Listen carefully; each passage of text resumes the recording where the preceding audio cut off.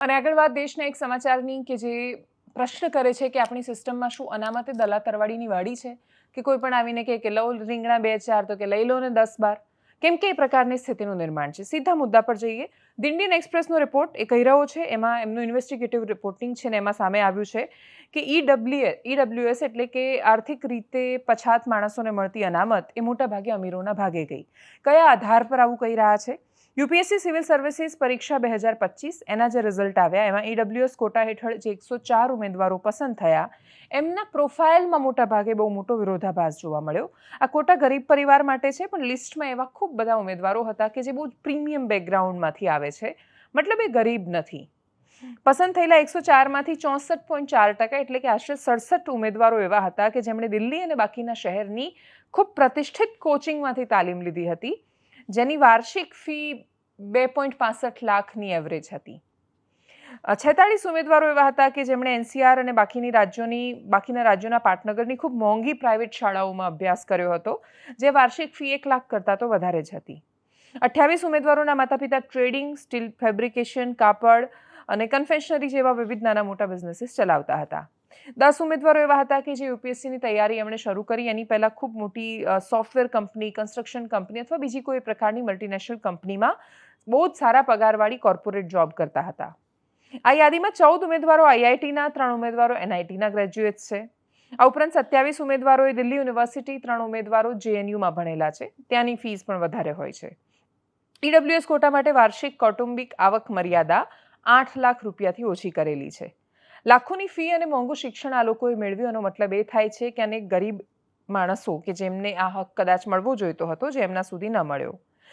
પૂર્વ ડીઓપીટી સેક્રેટરી સત્યાનંદ મિશ્રા એમણે કહ્યું કે જો સંપન્ન લોકો જ આ કોટાનો ફાયદો ઉઠાવશે તો ઈડબ્લ્યુએસનો મૂળ હેતુ નાશ પામશે. આમાં વેરિફિકેશન પ્રક્રિયા સખત બનાવવાની જરૂર છે. એ તપાસમાં એવું પણ બહાર આવ્યું કે કેટલાક એવા લોકો પણ હતા જેમણે ઈડબ્લ્યુએસનો લાભ લીધો કે જે ખૂબ જેન્યુઅન કેસ હતા, એટલે જેમ કે કોઈ રેલવે કુલીની દીકરી હતી કે જે સવર્ણમાં અથવા જનરલ કેટેગરી ધરાવતા પરિવારમાં જન્મી, પણ આર્થિક બેકગ્રાઉન્ડ એ લોકોનું સારું નહોતું. સિક્યુરિટી ગાર્ડનો દીકરો હતો, સ્કૂલના બસ કંડક્ટરનો દીકરો હતો. 29 ઉમેદવારો એવા હતા કે જેમના માતા પિતા ખૂબ સામાન્ય ખેડૂત હતા. 7 ઉમેદવારો જવાહર નવોદય વિદ્યાલયમાં, એટલે એમ પણ મોટાભાગે જેનું આર્થિક બેકગ્રાઉન્ડ બહુ સક્ષમ ન હોય એ લોકો નવોદયની પરીક્ષા પાસ કરીને જેમાં ભણીને આવે છે, જેમાં ફ્રીમાં શિક્ષણ મળે છે, ત્યાં ભણીને આવેલા હતા. ગુજરાતમાં પણ આ પ્રકારની સ્થિતિ છે. એસટી સર્ટિફિકેટ, હમણાં જ એક કિસ્સો સામે આવ્યો કે આખો પરિવાર ઓબીસી ને એક જ છોકરો એસટી, એવું હોઈ શકે, પણ એવું થયું. એસટી સર્ટિફિકેટ દલા તરવાડીની વાડીની જેમ વેચાતા હોય એ પ્રકારની સ્થિતિ છે. પેઢીઓથી આદિવાસી હોય એવા અનેક લોકો છે જેમને સર્ટિફિકેટ નથી મળતા. વેરિફિકેશનમાં એક કમિટી બનેલી છે ગુજરાતમાં, ત્યાં તમે લોકો આખી જિંદગી ધક્કા ખાતા રહી જાઓ, પણ આદિવાસી ન હોય તો તમને સર્ટિફિકેટ મળી જાય. લાવો 10 લાખ રૂપિયા, લઈ જાઓ એસટીનું સર્ટિફિકેટ. આ સ્થિતિની વચ્ચે અનેક ગંભીર પ્રશ્ન છે.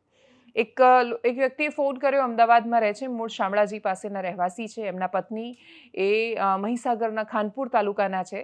એમના ઘરમાં, એટલે એમના જેટલા કઝિન ને બાકીના બધા જ લોકો, એટલે આદિવાસીનું સર્ટિફિકેટ હોય એના પછી એક સમિતિમાં જાય છે. સમિતિ એટલા માટે જ બનેલી છે કેમ કે નકલી સર્ટિફિકેટ બની રહ્યા હતા.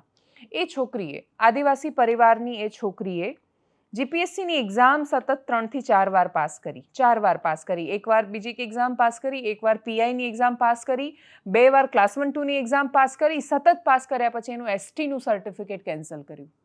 હવે એનું એસટીનું સર્ટિફિકેટ કેન્સલ કર્યું, એની સાથે સવાલ એ છે કે એના જ કાકાના છોકરા, સગ્ગા કાકાના છોકરા, એટલે પપ્પાના સગ્ગા ભાઈના છોકરા અને બાકીના બધા જ સંબંધીઓ, પરિવારજનો બધાના પાસ થઈ ગયા. એટલે આખા ઘરમાં એક છોકરી જ આદિવાસી નથી.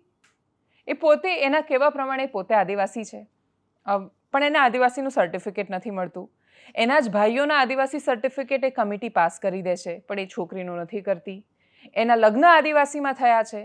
આખી સ્થિતિની વચ્ચે એ છોકરી, જેને જીપીએસસી ક્લાસ 1-2 જે પાસ કરી શકતી હોય, એવી ઈચ્છા હોય જ કે યુપીએસસી પાસ કરશે, એ યુપીએસસી પાસ કરવાનું જવા દો. એ બહુ જ નકારાત્મક થઈ ગઈ આ વાતાવરણમાં કે યાર એક્ઝામ પાસ કર્યા પછી મારું સર્ટી કેન્સલ થયું ને, એના કારણે નોકરી ન મળી. માણસ જિંદગીના 5 થી 10 વર્ષ આપી દે છે એક નોકરીની પરીક્ષા પાસ કરવા પાછળ, અને આ રીતે સર્ટિફિકેટ વહેંચાતા હોય અથવા જો ગરીબોના હક ખોટી રીતે ખવાતા હોય. આમાંથી કેટલાય લોકો એવા હોઈ શકે છે. આમાંથી કદાચ આપણે એવું માનીએ કે 50% કેસ એવા હશે કે બહુ જ જેન્યુઅન હશે, લોન લઈને ભણતા હશે, આર્થિક પરિસ્થિતિ 8 લાખ જેટલો જ એમનું કુટુંબની આવક હશે, પણ કોઈની ને કોઈની મદદને બાકી રીતે ભણતા હશે. આપણે બધું માની લઈએ તોય જો 50% કિસ્સામાં 10, 15, 20 કે 25 લોકો પણ આ રીતે જો આઈએએસ અધિકારી બને છે તો એ બહુ જ ચિંતાનો વિષય છે. અપેક્ષા રાખીએ કે સરકારો જે પોલિસી બનાવે છે અથવા અનામત જેવી આખી આ વ્યવસ્થા છે એનો મૂળ હેતુ જળવાયેલો રહે.